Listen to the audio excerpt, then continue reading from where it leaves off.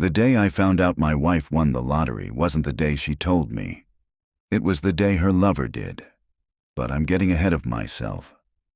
3 weeks earlier, I remember her coming home late from work more often. She'd smell faintly of cologne I didn't own. And she had this glow. The kind of glow you can't fake. The kind that comes when someone's hiding something, either a sin or a miracle. At first, I told myself I was imagining things. We'd been married 8 years, shared a mortgage, a dog, and countless little memories that should have meant loyalty was a given. But the late nights grew longer. Her phone became glued to her hand, and she started locking the bathroom door even when she showered. That's when I knew. Something was boiling under the surface. I just didn't know yet that it was millions of dollars. And another man. And the way I found out? It still makes my blood run cold. It happened on a Tuesday. I was leaving the grocery store, juggling a bag of milk and bread, when a man stepped into my path. Tall, confident, smiling in a way that wasn't friendly. "You're Daniel, right?" he asked. I froze. His tone wasn't curious. It was certain. "Yeah. Do I know you?" He chuckled, like he knew a joke I didn't. "Not really, but I know her. And I know about the millions." My stomach dropped. "What are you talking about?" He leaned in closer, his voice low and sharp. "Your wife. She won the lottery 2 weeks ago. She didn't tell you, but she told me." For a moment, I didn't breathe. My mind scrambled to piece it together. Her sudden mood swings, the late nights, the secrecy. But the worst part wasn't the money. It was the way he said it, like he was part of her victory. "You're lying," I said, my voice shaking more than I wanted. His grin widened. "Then why is she celebrating in my apartment tonight?" I swear, my vision tunneled. Everything else, the traffic, the sound of carts clanking in the lot, disappeared. All I could hear was the pounding in my chest. And I knew, right then, I had to see for myself. By the time I reached the apartment building, my hands were gripping the steering wheel so tight my knuckles had gone white. Every stoplight felt like it was mocking me, holding me back from the truth I wasn't ready for. Her car was there, parked in front. The same car I'd filled with gas 2 days ago, while she claimed she was stressed about bills. The building's front door wasn't locked. I slipped inside, every step heavier than the last. The hallway smelled faintly of wine and something sweet, perfume that wasn't hers. I stopped at the door he'd told me. 3B, laughter echoed from inside, hers high and unguarded. A sound I hadn't heard in weeks. I pushed the door open without knocking. The living room was warm, lit by the golden glow of candles. She was there, sitting cross-legged on the couch, glass of champagne in hand. And beside her, his hand resting on her thigh, was the man from the parking lot. They didn't notice me at first. They were too busy toasting to a stack of cash spread out on the coffee table. "Here's to never having to hide again," she said, her eyes sparkling. I didn't move, didn't speak, because in that moment I realized this wasn't just cheating. This was betrayal with interest. Her glass froze halfway to her lips when she finally saw me. The color drained from her face so fast it was almost satisfying. What are you doing here?" she stammered, setting the glass down like it might burn her. Her lover, tall, smug, with the kind of smirk that says I've already won, leaned back on the couch, unbothered. "Guess the secret's out," he said, his tone dripping with mock sympathy.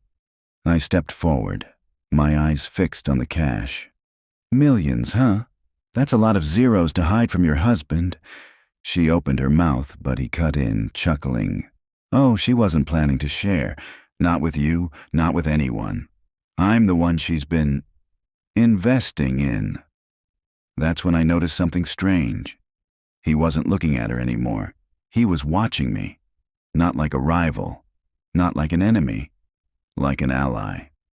Thing is, he said, swirling his drink, people like her, they always think they're the smartest one in the room.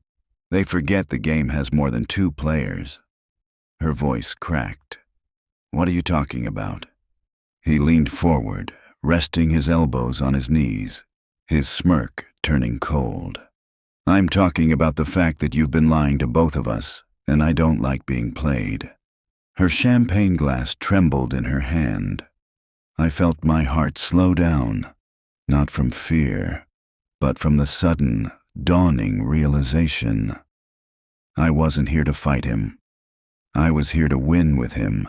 Her lover, no, my new business partner, set his glass down slowly, the smirk on his face sharpening into something predatory. You think you're clever, he said to her, his tone as smooth as it was deadly. Winning the lottery, hiding it, stringing us both along. But here's the thing. When two people realize they've been played, they stop fighting each other and start playing together. Her eyes darted between us, the panic finally setting in. You can't do this. This is my money. I laughed, but it wasn't the kind of laugh that came from humor. It was the kind that came from knowing you've already won. Your money? I stepped forward, slow, deliberate. No, sweetheart, it's ours. Every cent you thought you'd keep for yourself is about to vanish from your hands because you chose the wrong man to trust. Her lover leaned back, almost relaxed now. While you were busy lying to him, you forgot that I've been lying to you. I never cared about you. I cared about the payout. She shook her head, her voice trembling. You said you loved me. He chuckled. I said what I had to say, just like you did to him. Looks like we're all liars here, except now, it's two liars versus one. I reached into my pocket and placed the final card on the table, a small USB drive. Everything, every text, every email, every bank transfer you made to hide that jackpot, it's all on here. And the authorities? They're going to hear about it unless you sign exactly what we put in front of you. Her hands clenched into fists, but I could see it in her eyes.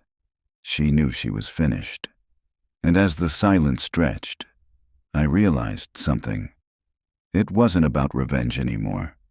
It was about possession.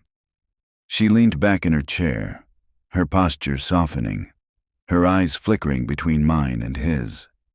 The anger in her voice melted into something sweeter, smoother, a tone I'd heard her use before, usually when she wanted something. I think maybe we've all just misunderstood each other, she said, her lips curling into a small smile. We could work this out, together. Her hand brushed my arm as she passed, the faint scent of her perfume drifting with her. She stopped behind my former rival, her lover, resting her hands on his shoulders, slowly sliding them down his chest. We don't need to fight, she whispered, the words dripping with temptation. There's enough for all of us, if we play nice. He glanced up at her, his jaw tight, but he didn't move her hands away. I could see what she was trying to do, divide us, reel him back in, use the same tricks she'd once used on me. I stepped closer, my voice calm, almost amused. You're good, I said softly. I'll give you that. You know exactly how to find the cracks and wedge yourself in. Her eyes met mine, triumphant, as if she thought she was winning me over. But then he spoke. Problem is, I've already seen what's behind the curtain. His tone was cold now, detached. And once you've seen it, there's no magic left. The smile faltered. She let out a nervous laugh, searching his face for any sign of weakness. You don't mean that. He leaned back, folding his arms. Oh, I do. And the truth is, I'd rather make money with him than lose it all with you." The color drained from her face. She took a step back, suddenly realizing she'd overplayed her hand. I smiled, leaning forward so she could feel the weight of my words. "You've been trying to choose between us this whole time, but the game's over. The choice is ours now." She looked from him to me, trapped, the air between us heavy with silence. And in that moment, she understood. She had no allies left. She stood frozen, eyes darting between us as if looking for an escape route that didn't exist. Her confidence, the same arrogance that had carried her through months of betrayal, was now a mask slipping off her face. I stepped forward, placing a small black folder on the table. The click of the metal clasp echoed like a gunshot in the quiet room. Inside, neatly stacked, were papers. Not just any papers. Contracts, bank transfers, asset statements. Proof. The kind of proof that didn't just end someone's leverage. It buried it. Her voice trembled. "What? What is that?" "It's the contract you signed when we started the company," I said, my tone calm, deliberate. "Remember, the one you didn't bother reading because you were too busy planning your perfect escape." Her lover, now my ally, leaned in, almost enjoying the way her face twisted in realization. "You remember that clause, right?" he asked with a smirk. "The one that makes everything ours?"